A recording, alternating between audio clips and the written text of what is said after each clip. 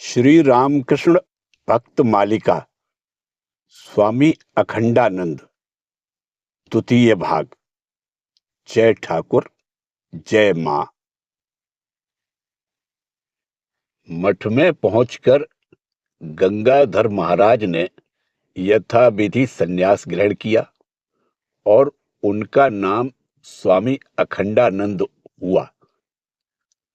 उनको मठ में बुला लाने के पीछे स्वामी जी का उनके साथ हिमालय भ्रमण को निकलने का उद्देश्य भी निहित था। तदनुसार वे दोनों उत्तर भारत के बीच से होकर नैनीताल पहुंचे। इसके बाद का विवरण हम स्वामी अखंडानंद जी के मेरठ से दिनांक 14 नवंबर 1890 को लिखे पत्र में पाते हैं। नैनीताल के तालाब में स्नान करने के बाद उनकी बाईं पसली में पीड़ा शुरू हुई, जो बहुत दिनों तक बनी रही। इसी अवस्था में वे स्वामी जी के साथ अल्मोड़ा पहुंचे और वहां शारदानंद जी तथा वैकुंठनाथ सान्याल से मिले। स्वामी जी की गंगा तट पर निवास करने की इच्छा थी, अतः वहां से चारों जन एक साथ कर्णप्रयाग को गए। यहां पर भी स्वामी अखंडानंद को बुखार आ जाने के कारण 3 दिन तक इंतजार करना पड़ा। इसके बाद श्रीनगर के पथ पर सलड़ काड़ चट्टी में पहुंचकर स्वामी जी तथा अखंडानंद दोनों को बुखार आ गया।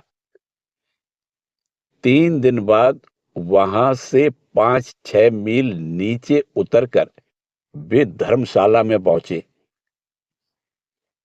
उस समय बुखार इतना बढ़ गया था कि दूसरे दिन उन्हें डांडी में श्रीनगर ले जाना पड़ा। यहां पर वे लगभग 1 पक्ष से अधिक रहे। इसी बीच स्वामी अखंडानंद को पुनः बुखार आ गया। सिविल सर्जन को दिखाने पर पता चला कि उन्हें ब्रोंकाइटिस हुआ है तथा उनके लिए उतरकर समभूमि में जाना आवश्यक है। तदनुसार वे सब देहरादून की ओर चले। मार्ग में राजपुर में उनकी तुरायानंद जी से भेंट हुई। इसके बाद स्वामी जी, स्वामी शारदानंद तथा स्वामी तुरायानंद ऋषिकेश चले गए और स्वामी अखंडानंद के साथ केवल सान्याल महाशय रह गए। ऐसे तप क्लेशों तथा भ्रमण क्लेशों के बीच भी आनंद की कमी नहीं थी। एक दिन शाम को किसी गांव में पहुंचकर स्वामी जी को तंबाकू पिलाने के लिए आग की खोज में अखंडानंद जी गांव के भीतर गए, परंतु किसी ने भी आग नहीं दी। इस पर सभी लोग थोड़े चिंतित हो पड़े कि जिस गांव में आग तक नहीं मिलती, वहां भिक्षा का तो सवाल ही नहीं उठता। इस पर अखंडानंद जी बोले, एक कहावत है, गढ़वाली सरीखा दाता नहीं, लठ के बगैर देता नहीं। इस कहावत के अनुसार वे जोर जोर से चिल्लाकर कहने लगे, लकड़ी ले आओ, आग ले आओ। देखते ही देखते लकड़ी और आग के साथ ही रोटी, सब्जी, तंबाकू सब कुछ आ गया। देहरादून में वकील पंडित आनंद नारायण ने अखंडानंद जी की चिकित्सा का भार लिया। बाद में उन्होंने पूरा मार्ग व्यय देते हुए उन्हें सहारनपुर होकर इलाहाबाद जाने को कहा। सहारनपुर में वे 2-3 दिन वकील बंक बिहारी चट्टोपाध्याय के मकान पर रहे। वहां वकील महाशय की सलाह पर वे इलाहाबाद न जाकर मेरठ में असिस्टेंट सर्जन त्रैलोक्यनाथ घोष के मकान में ठहरे। उनके मेरठ निवास का संवाद पाने पर स्वामी जी अन्य साथियों के साथ वहां आ पहुंचे तथा 4-5 महीने वहीं रह गए। बाद में एकाकी भ्रमण करने की इच्छा से जब स्वामी जी सबका संग त्याग देने को प्रस्तुत हुए तो अखंडानंद जी ने कहा, तुम चाहे पाताल में भी चले जाओ, पर मैं यदि तुम्हें वहां से ढूंढकर निकाल न सकूं तो मेरा नाम गंगाधर नहीं। तद उपरांत गंगाधर महाराज वृंदावन गए। वहां पर 4 महीने निवास करने के बाद पुनः ब्रोंकाइटिस हो जाने से जून के प्रारंभ में वे इटावा चले गए। वहां पर भी 5 महीने उन्हें रोग से कष्ट भोगना पड़ा।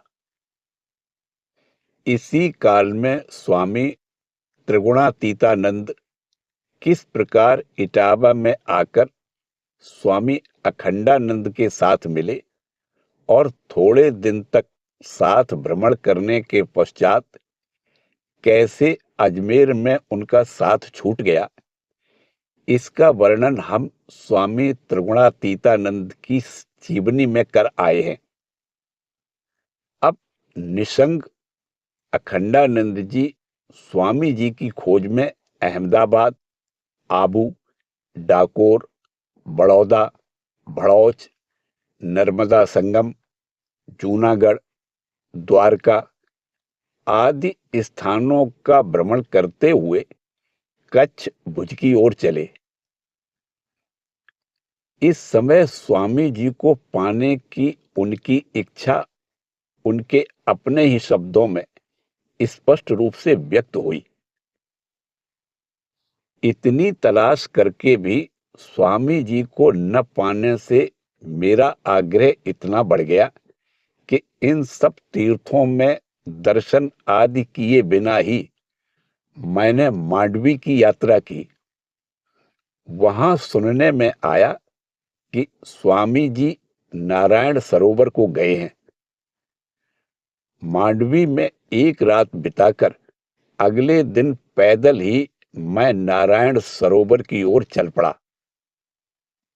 मांडवी से नारायण सरोवर जाने का गाड़ी का रास्ता बड़े खतरे से भरा था। चोरी डकैती तो वहां आम बात थी। पैदल मार्ग से जाने में दूरी और जोखिम दोनों कम थी। फिर भी अखंडानंद जी ने सोचा कि स्वामी जी जब गाड़ी में गए हैं तो गाड़ी में ही लौटेंगे भी। अतः वे उस लंबे, निर्जन तथा भयावह पथ पर ही आगे बढ़े। मार्ग में उन्हें एक तीर्थयात्री भगत का साथ भी मिल गया।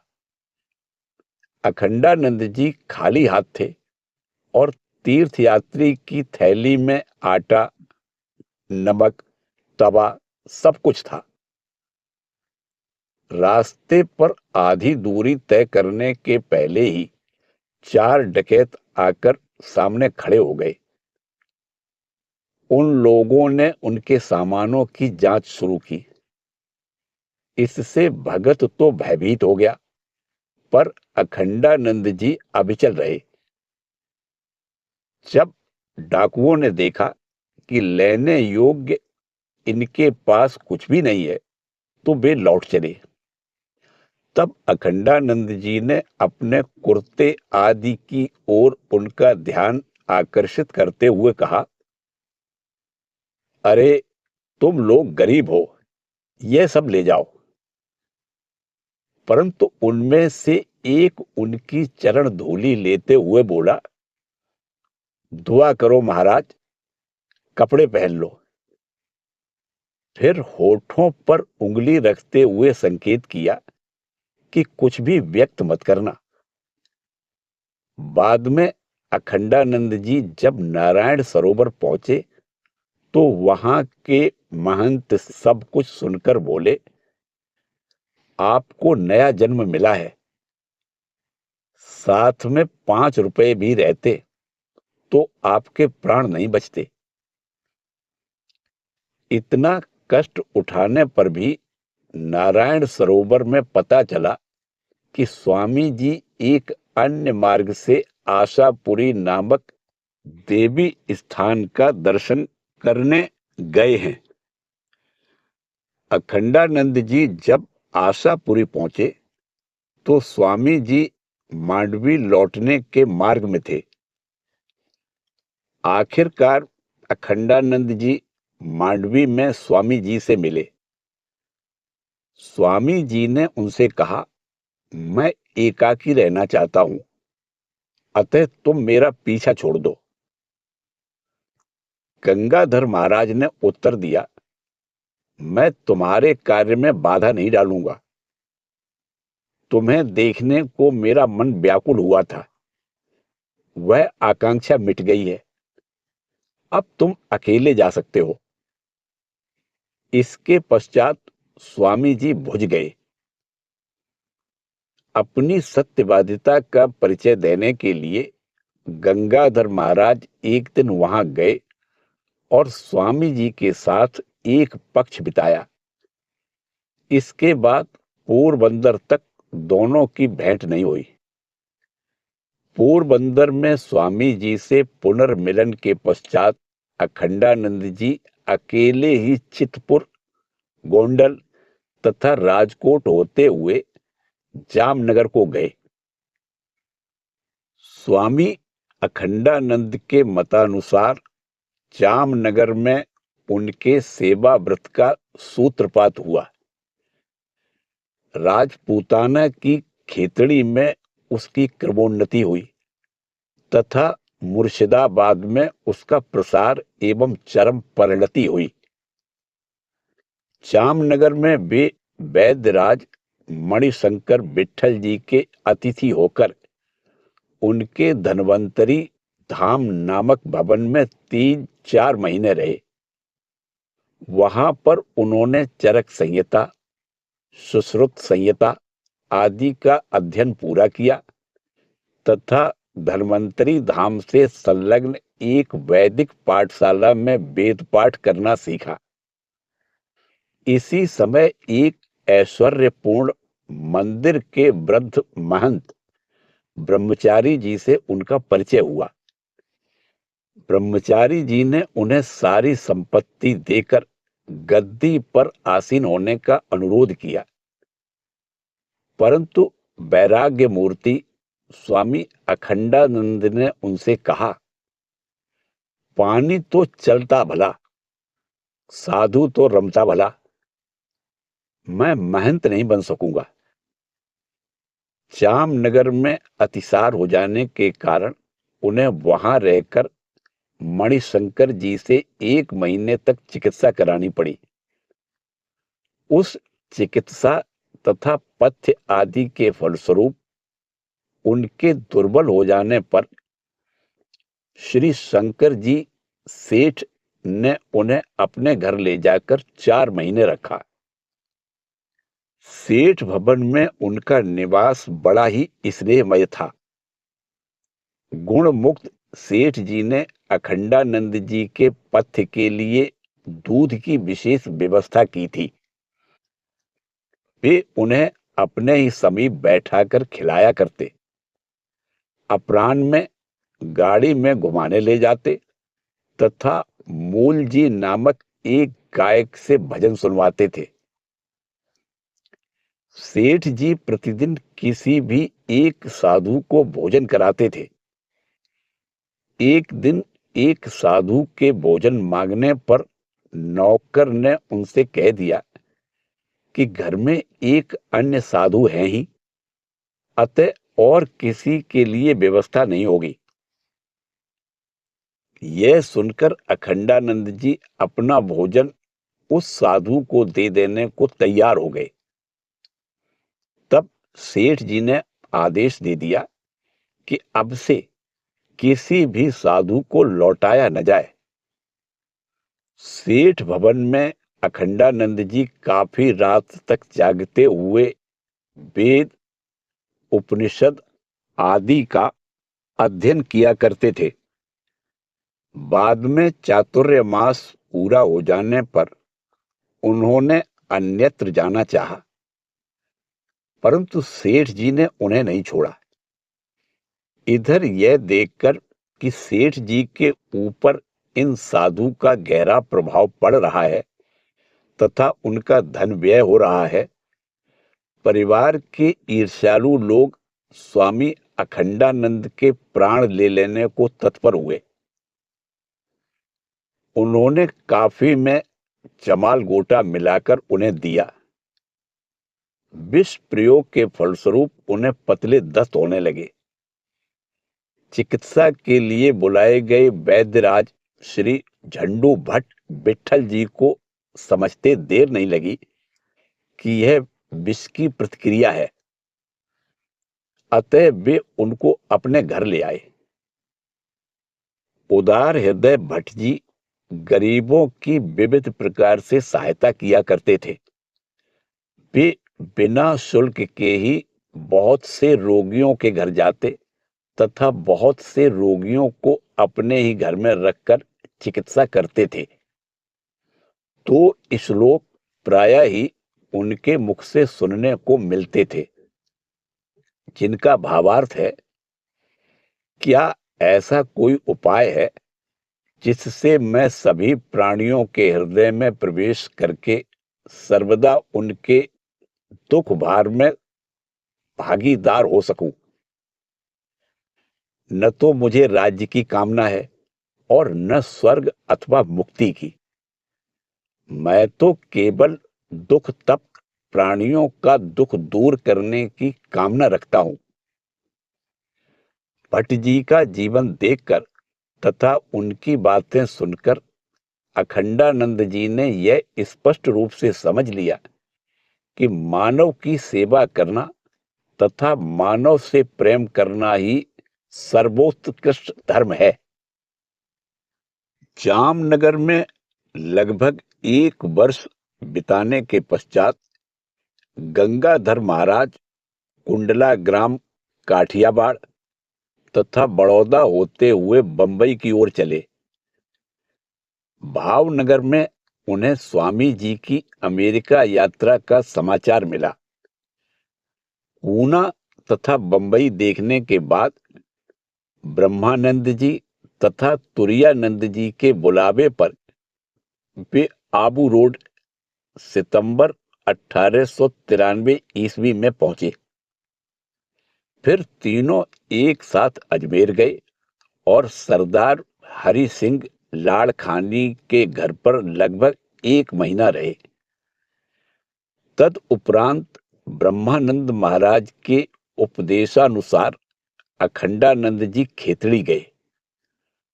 उनके खेतड़ी जीवन का थोड़ा बहुत विवरण हम यहाँ उन्हीं की भाषा में लिपिबद्ध करेंगे। खेतड़ी में पहली बार 1.5 महीने तक राजा के अतिथि रूप में रहकर मैंने राजा के पुस्तकालय से थियोडोर पार्कर के समग्र ग्रंथों का पठन तथा भारतीय इतिहास एवं संस्कृत काव्य साहित्य का अध्ययन किया। बाद में खेतड़ी राजा के संबंधी सरदार भूरी सिंह के आमंत्रण पर मलसीसर में उनके घर जाकर मैंने चातुर्य मास बिताया तथा 2 महीने एक जैन साधु के समाधि मंदिर में निवास करते हुए माधुकरी की। चातुर्य मास काल में मैं वेदांत शास्त्र तथा संस्कृत एवं हिंदी भाषा का अध्ययन करता था तथा जैन साधु के मंदिर में रहते समय पंडित सीताराम जी से नियमित रूप से शंकर दिग्विजय की व्याख्या सुना करता था। इस राजपूताना क्षेत्र में 8 महीने रहकर विविध ग्रामों में भ्रमण करते हुए मैंने धनी सरदारों तथा गरीब प्रजा की हालत अपनी आंखों से देखी। तभी से मैं गरीब प्रजा के दुख निवारण का उपाय सोचता रहा और उसी को मानव जीवन के प्रमुख कर्तव्य रूप में हृदयंगम करके मैंने उसमें लग जाने का निश्चय किया।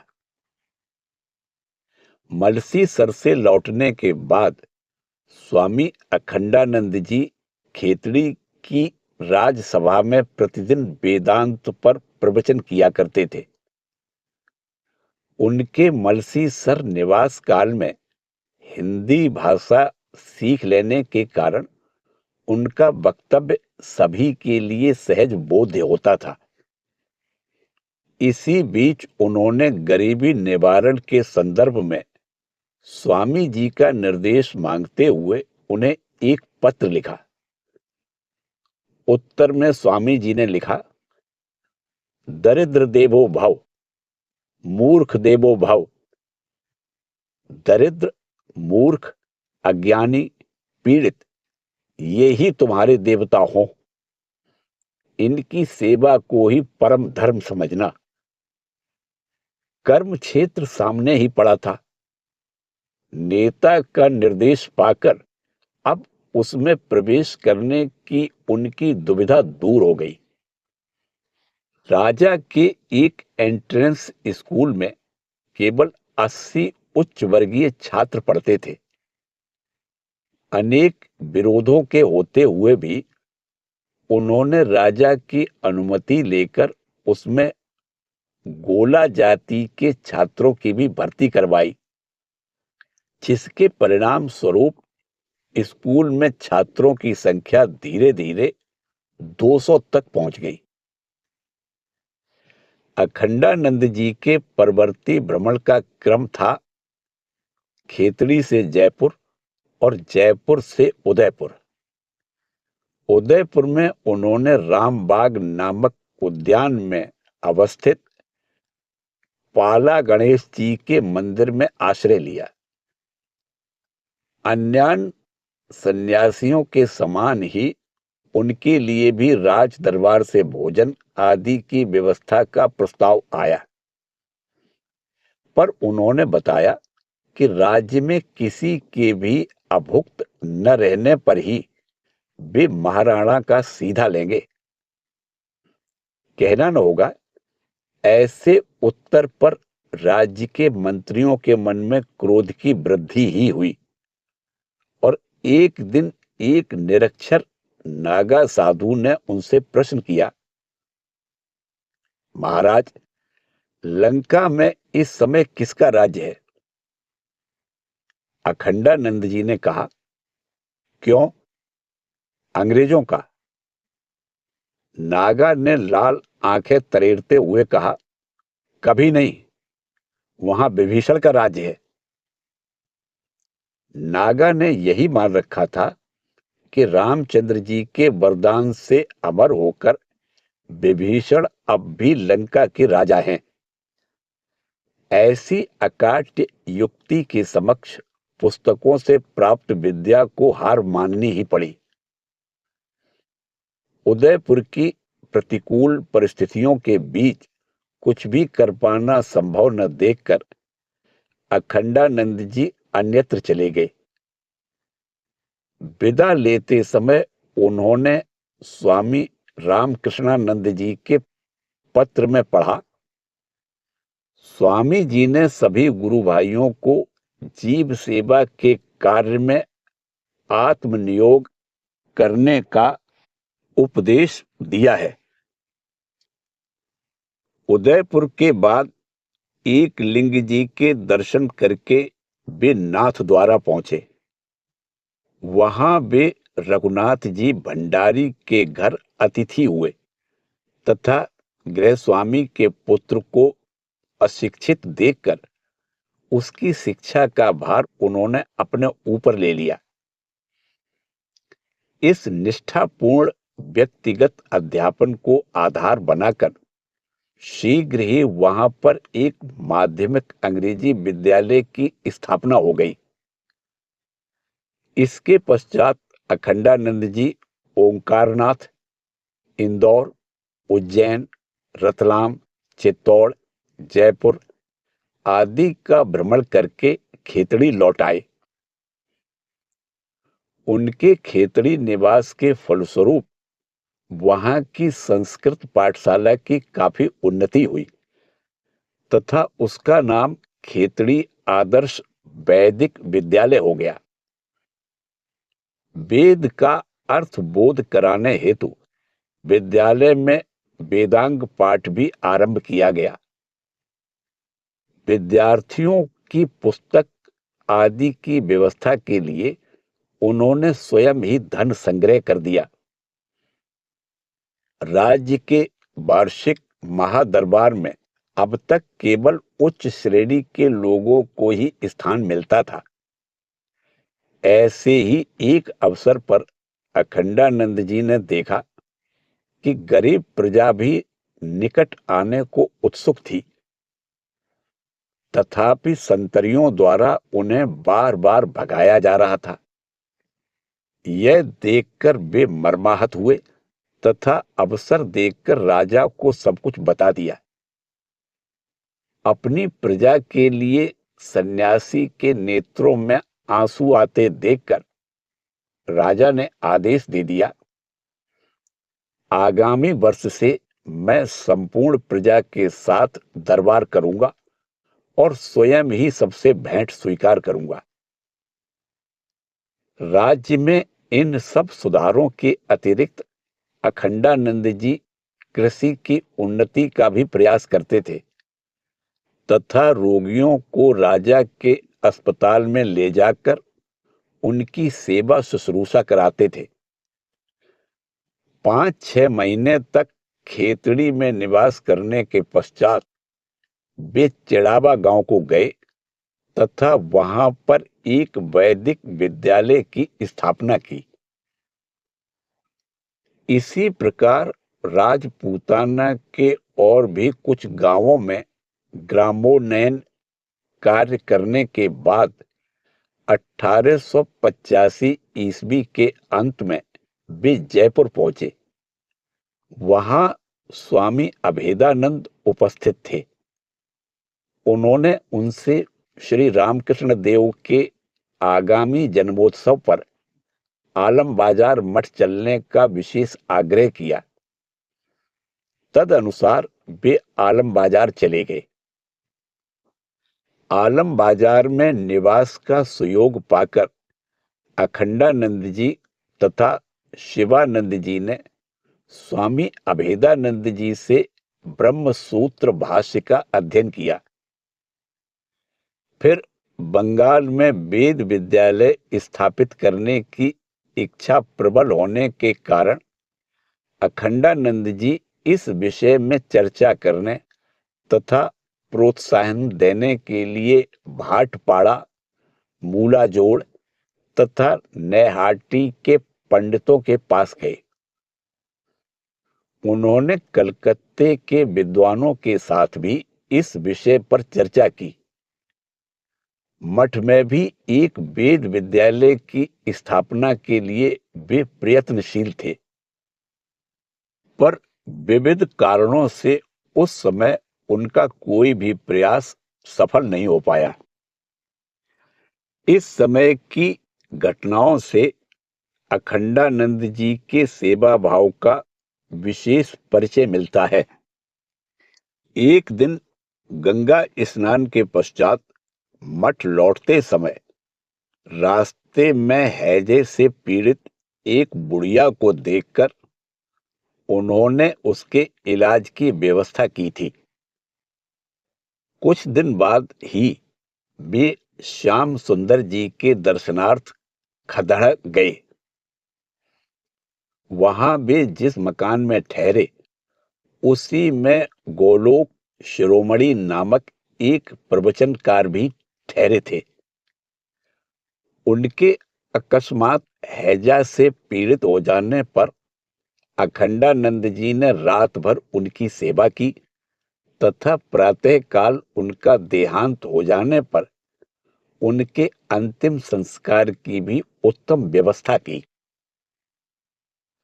एक बार ठाकुर को नागेश्वर चंपा के फूल चढ़ाने की इच्छा से वे स्वामी सुबोधानंद के साथ पैदल ही डी गुप्त के उद्यान में आए। वहां पता चला कि वह फूल वहां तो नहीं, पर मल्लिकों के साथ पुकुर उद्यान में है। परंतु वहां जाने पर समझा कि उनके खिलने में अभी कोई 17-18 दिन की देरी थी।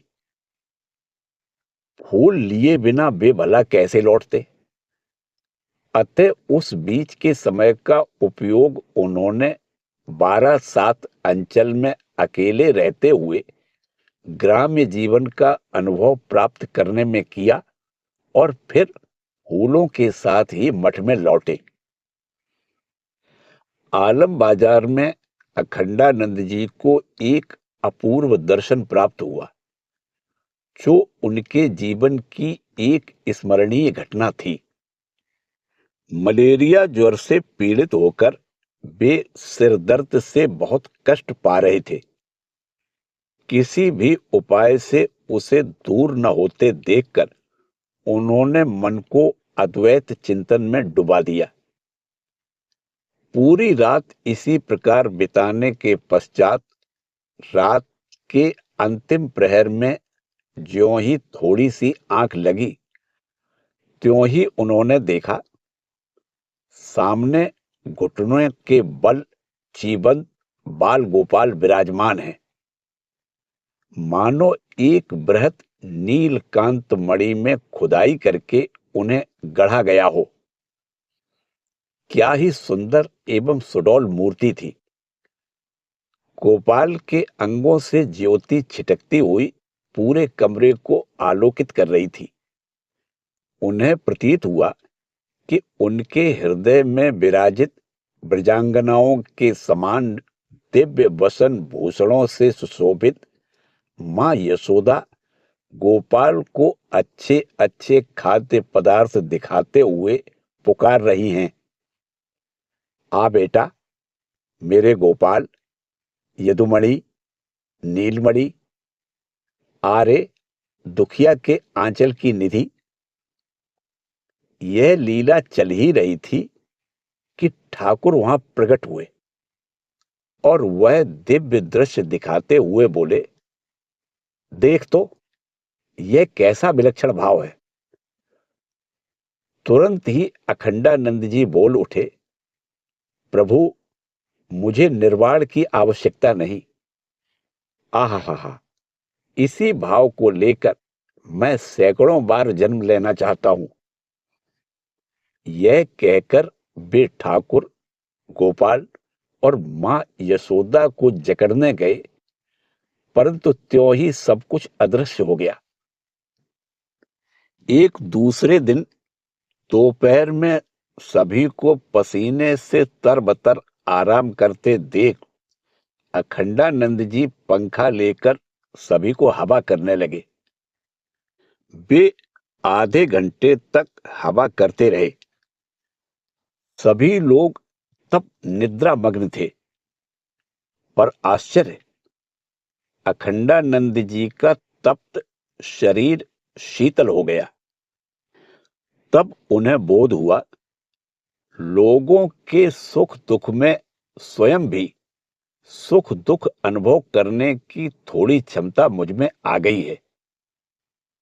आनंद से उनका सीना फूल उठा। स्वामी जी के प्रथम बार स्वदेश लौटने के कुछ महीने बाद जब स्वामी रामकृष्णानंद मद्रास गए, तो उनके सहकारी रूप में स्वामी सदानंद जी ने भी उनके साथ यात्रा की। पर विदाई के समय सदानंद जी को एक कुत्ते ने काट लिया। अखंडानंद जी दवा लाने चंदन नगर के समीप गोदल पाड़ा गए। दवा भेजने के बाद वे तुरंत ही मठ न लौटकर नवद्वीप आदि स्थानों का दर्शन करने चले गए। वहां पहुंचने पर एक दिन कुछ पंडितों ने उन्हें घेर लिया और ज्ञानानंद अवधूत के नाम का उल्लेख करते हुए कहा, शूद्र होकर भी क्या ब्राह्मण को अपनी चरण धूलि दी जा सकती है? अखंडानंद जी ने प्रति प्रश्न किया, राम, कृष्ण आदि अवतार ब्राह्मण न होकर भी सैकड़ों ऋषि मुनि ब्राह्मणों के इष्ट देव के रूप में पूजा पाने के अधिकारी कैसे हुए? पंडितों ने कहा, अरे सब लोग जाओ, और भी एक जन मिल गए हैं। ये भी उसी दल के या जगबंधु के दल के हैं। उनके बाग बाण से विद्ध हो अखंडानंद जी ने हार मानकर वह स्थान छोड़ दिया। नवद्वीप में और भी एक मजेदार घटना हुई। संयोग बस एक रात उन्होंने हाई स्कूल के मुख्य अध्यापक के घर पर बिताई। वहां उन्होंने विविध विषयों की चर्चा की, परंतु वे अपना परिचय देने को राजी नहीं हुए।